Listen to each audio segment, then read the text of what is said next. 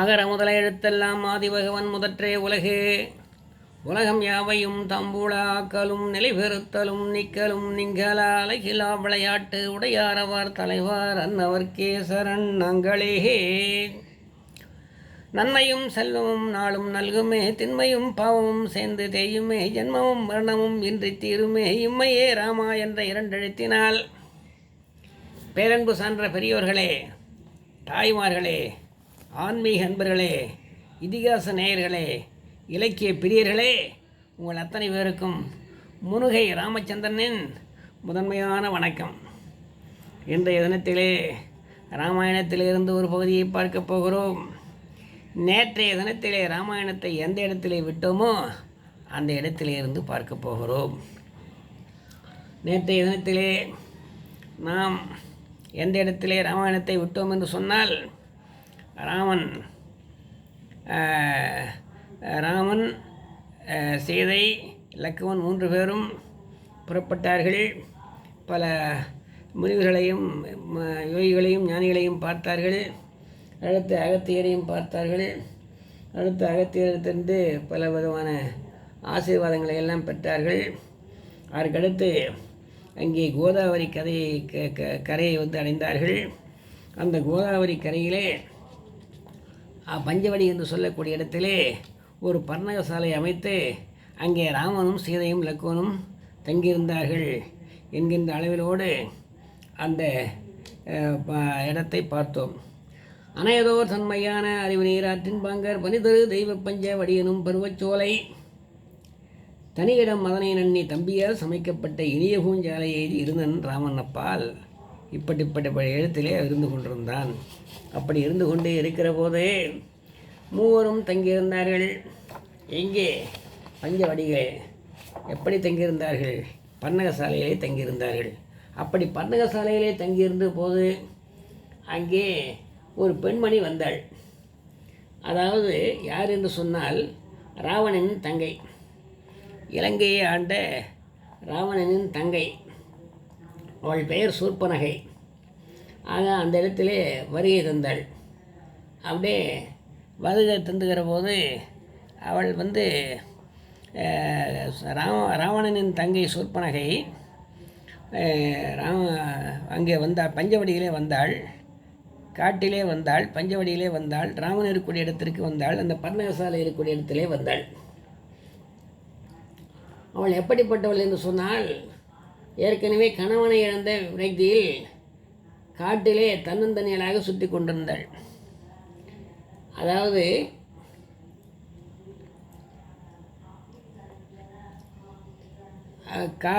தன்னுடைய கணவனை இழந்த நிலையிலே நாட்டிலே வசிக்க விருப்பமில்லாமல் காட்டிலே தனியாக சுதந்திரமாக எங்கே வேண்டுமானாலும் சுற்றி திரிந்து கொண்டிருக்கலாம் என்பதற்காக காட்டிலே தங்கியிருந்தாள்.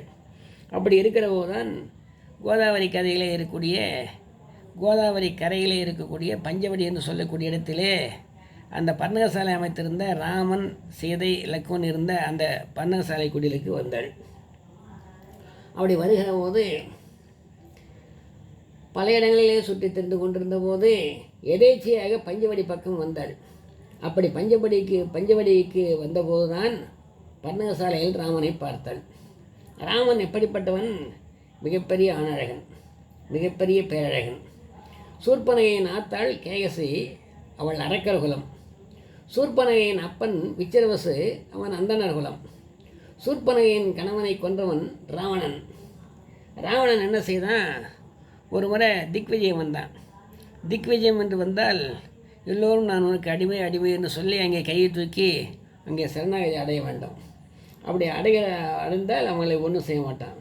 அப்படி இருக்கிற போது சூர்பனையுடைய நாட்டிற்கு வருகிற போது, சூர்பனையுடைய கணவன் ஆண்டு கொண்டிருக்கூடிய நாட்டிற்கு வருகிற போது, அந்த சூர்பனையின் கணவன் ராமனுடைய திக்விஜயத்தின் போது பணிவாக நடந்து கொள்ளாத காரணத்தினால், அடக்கொடுக்கமாக நடந்து கொள்ள காரணத்தினால், சரணாகதி அடையாத காரணத்தினால் சூர்பனையுடைய கணவனை ராவணன் கொன்று விட்டான்.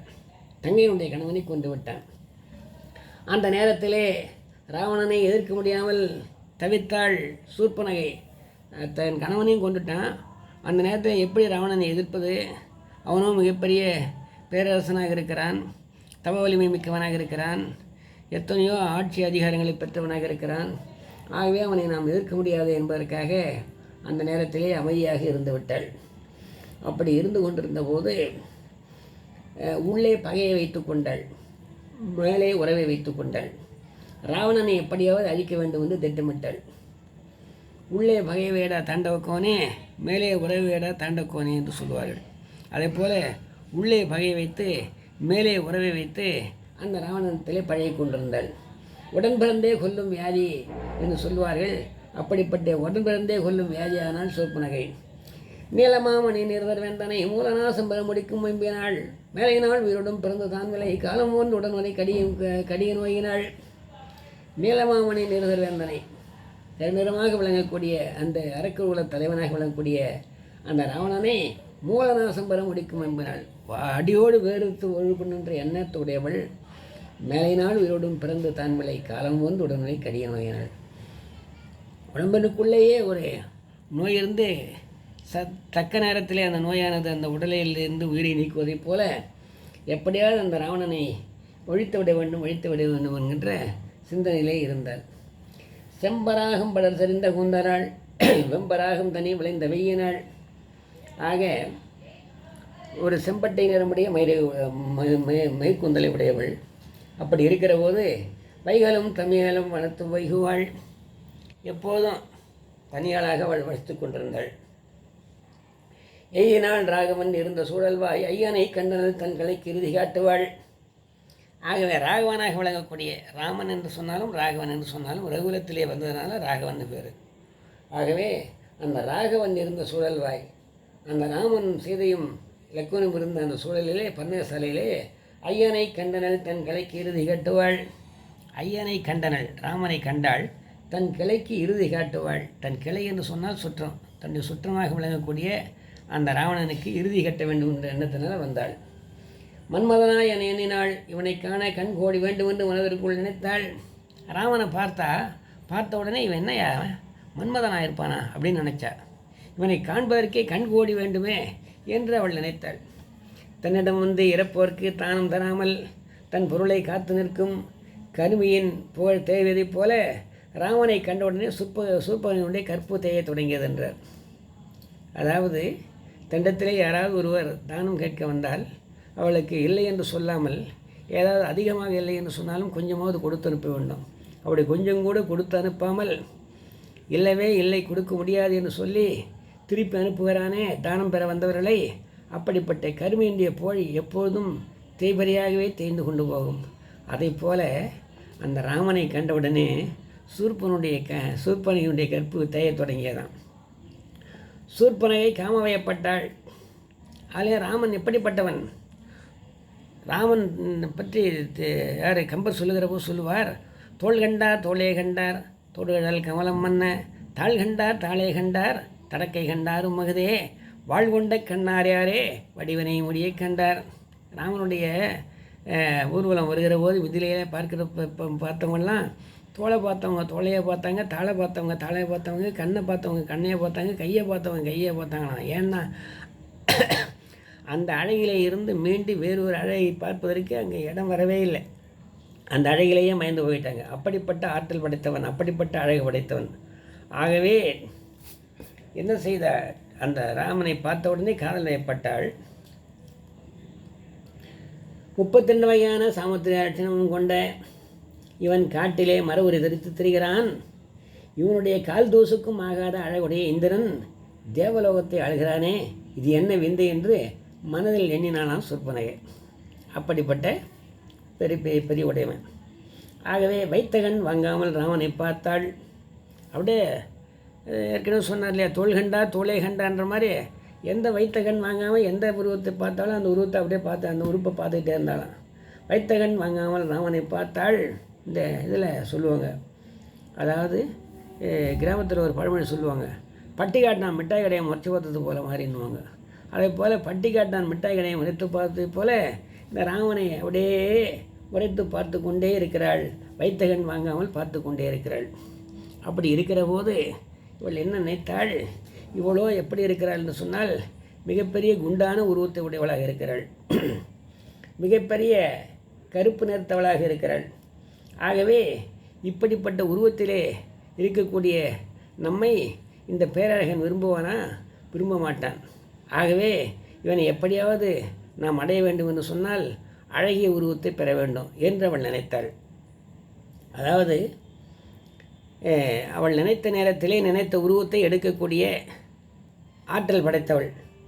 மகாலட்சுமி மாதிரி ஒரு உருவமாக எடுப்பாள், ரதிதேவி மாதிரி ஒரு உருவமாக எடுப்பாள், ஆக பார்வதி தேவி போல் ஒரு உருவத்தை எடுக்கணுமா எடுப்பாள். அப்படியெல்லாம் எடுக்கக்கூடிய ஆற்றல் அவள் பெற்றிருந்த காரணத்தினால் இவள் என்ன செய்தாள்?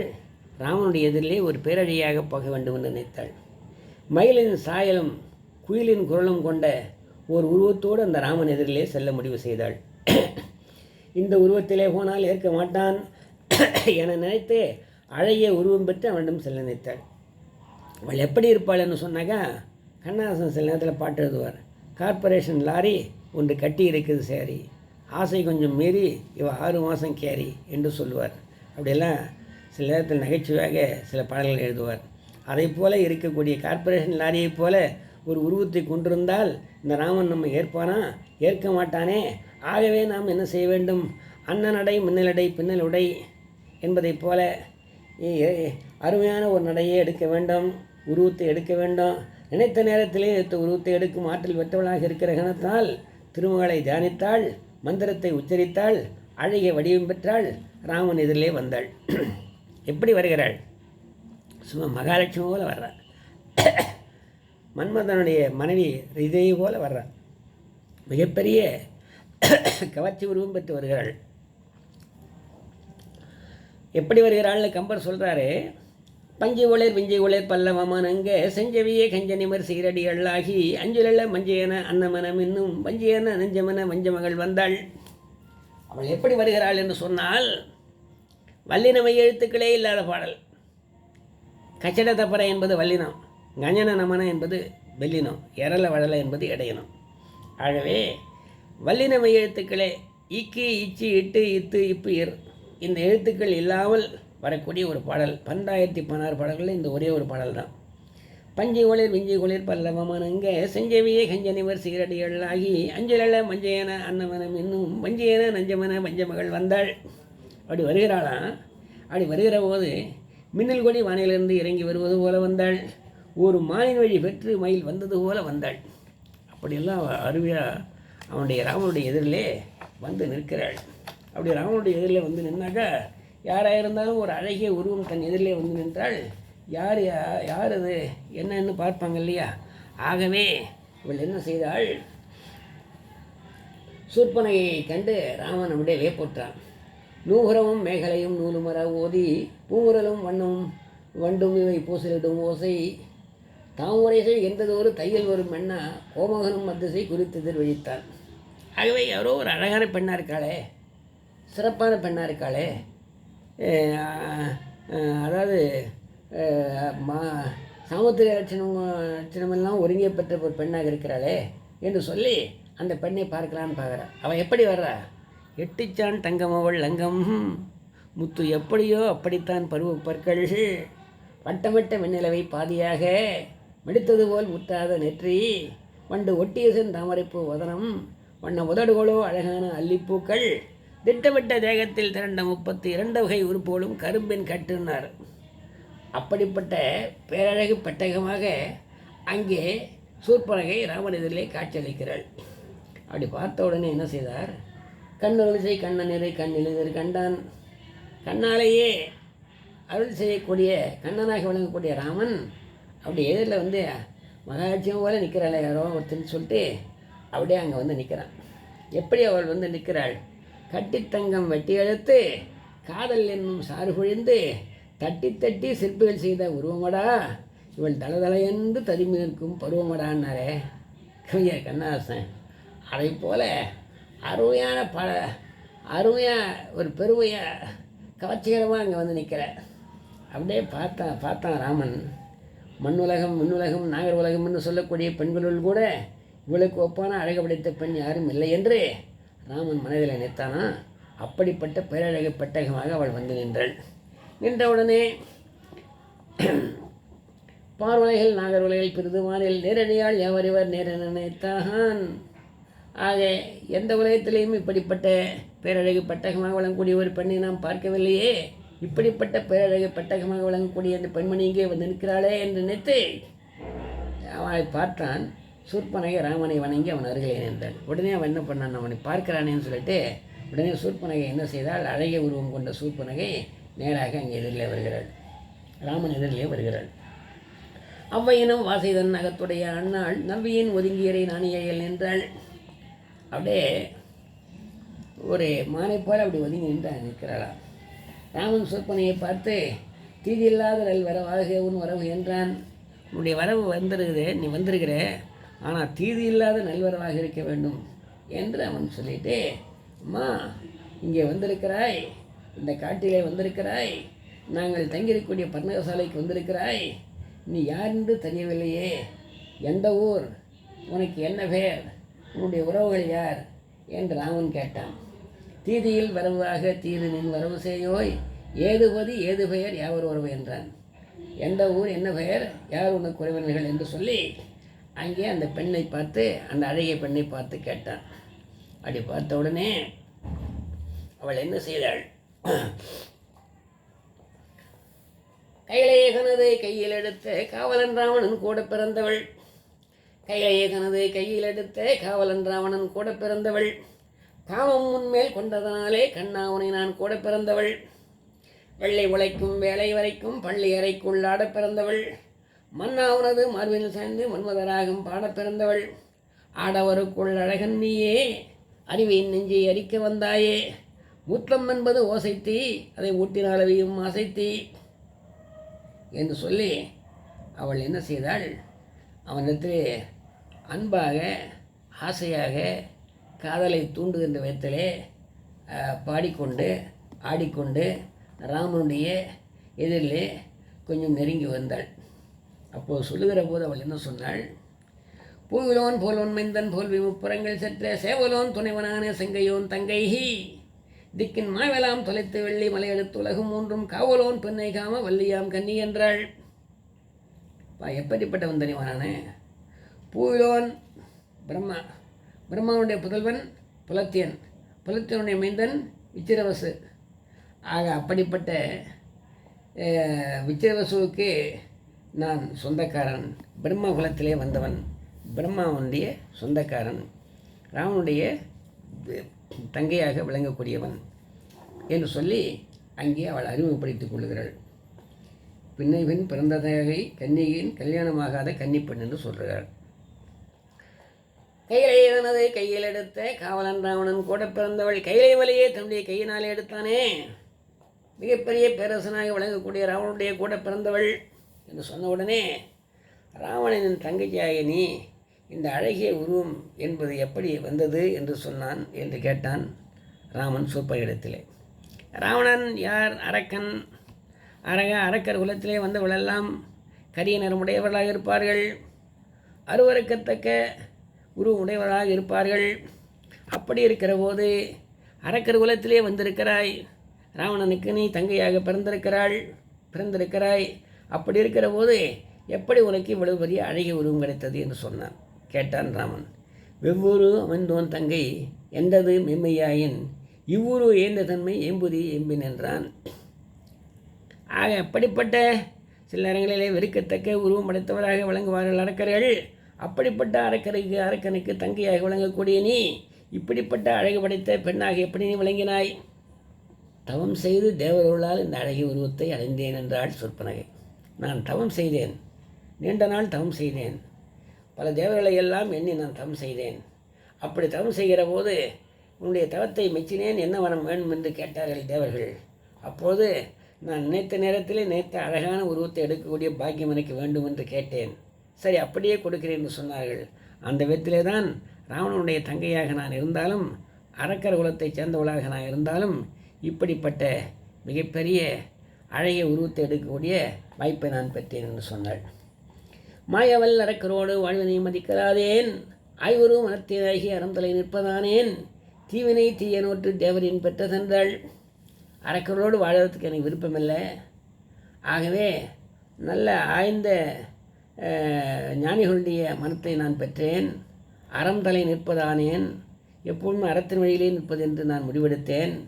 தீவினைகள்லாம் தீர்ந்து போகும்படி நோன்பு நோற்றேன்.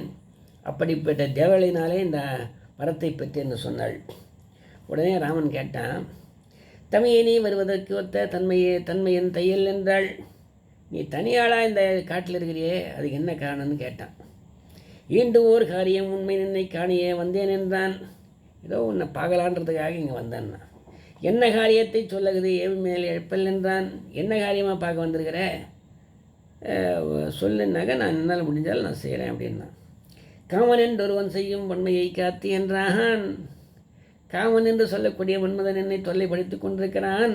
அவனுடைய தொல்லையிலே இருந்து நான் மீள வேண்டுமானால் என்னை நீ காத்துள்ள வேண்டும் என்றாள். கார்வண்ணனே என்று சொல்லி அந்த ராமனை பார்த்து அவள் என்ன சொன்னாள். உடனே கார்வண்ணனே காதலுக்கு ஏது சாதியும் மீதியும், என்னை காமம் கொளுத்தது ஆதியும் அந்தமும், வா வந்து என்னை அணை வருந்தும் விரகத்தீயை அணை, ஆசை வெள்ளத்துக்கு நீதானனை அடியாள் உறங்கவும் மடிதானனை. அப்போ ராமன் என்ன சொன்னான், அப்பா சூர்பனகையே, நீ வந்து பிரம்மாவுடைய குலத்திலே தோன்றியவன் சொன்னாய். பிரம்மா யார்? அந்தனர். ஆக நீ அந்தனர் பாவை, நான் அரசரிலே வந்தேன். நீ அந்தனராக இருக்கிறாய், நான் சத்திரியனாக இருக்கிறேன். ஆக அந்தணனை மணக்க வேண்டும், சத்திரியன் சத்திரியை மயக்க வேண்டும், வைசியனை மணக்க வேண்டும் அப்படின்றதெல்லாம் ஒரு கணக்கு இருக்கிறது. ஆகவே நான் எப்படி அந்தணன் குலத்தைச் சேர்ந்த உன்னை சத்திரிய குலத்தைச் சேர்ந்த நான் மணப்பதுன்னு சொன்னான். என் தந்தை விச்சரவச அந்தனர், ஆனால் என் தாய் கேகசி சாலகடங்கர் மரபிலே வந்த சத்திரிய பெண் தான். ஆக அப்பா வந்து அந்தனராக இருந்தாராம், அம்மா சத்திரிய பெண்ணு. ஆகவே நீங்களும் சத்திரியர், நானும் சத்திரியர். ஆகவே நாம் திருமண கொள்ளல் என்றார். ஆகவே சத்திரியனான என்னை நீ சத்திரிய பெண்ணான என்னை சத்திரியனான நீ சத்திரிய பெண்ணான என்னை வணக்க வேண்டும் என்றால் சூர்பனகை. உடனே அவன் என்ன செய்தான், ராமன் என்ன செய்தான், நீ ராவணன் உன்னுடைய அண்ணன்ற, குபேரன் உனக்கு இன்னொரு அண்ணன்ற. ஆக ராவணன் குபேரன் இருவரும் சேர்ந்து வந்து உன்னை எனக்கு திருமணம் செய்திருந்தால் நான் ஏற்பேன், இல்லை என்றால் வேறிடம் செல்லுன்றான் ராமன் சூர்பனகை. ஆகவே அப்படி சொல்கிறதா இருந்தாங்க ராவணன் ஏற்றுன்னு வா, அடுத்து குபேரன் ஏற்றுன்னு வா, அவங்களெல்லாம் ஏற்றுன்னு வந்து முறைப்படியாக எனக்கு பெண் கொடுக்குறன்னு சொல்கிறதா இருந்தால் நான் உன்னை ஏற்றுக்கிறேன்னா. சும்மா கொஞ்சம் நேரம் விளையாடுறார் யார்? ராமபுரான். இருவரும் சேர்ந்து வந்து தருவரையில் கொள்வன் என்றான். உடனே இவன் என்ன சொன்னால், நாம் காதலில் ஒன்றுபட்டோம், கந்தருத்தனும் திருமணம் செய்யலாம்ன்ற. அதாவது அண்ணன் தம்பி அப்பா அம்மாலாம் வந்து திருமணம் செய்து கொடுக்கணுன்றதில்லை. திருமணங்களில் 8 வகையான திருமணங்கள் இருக்கிறது.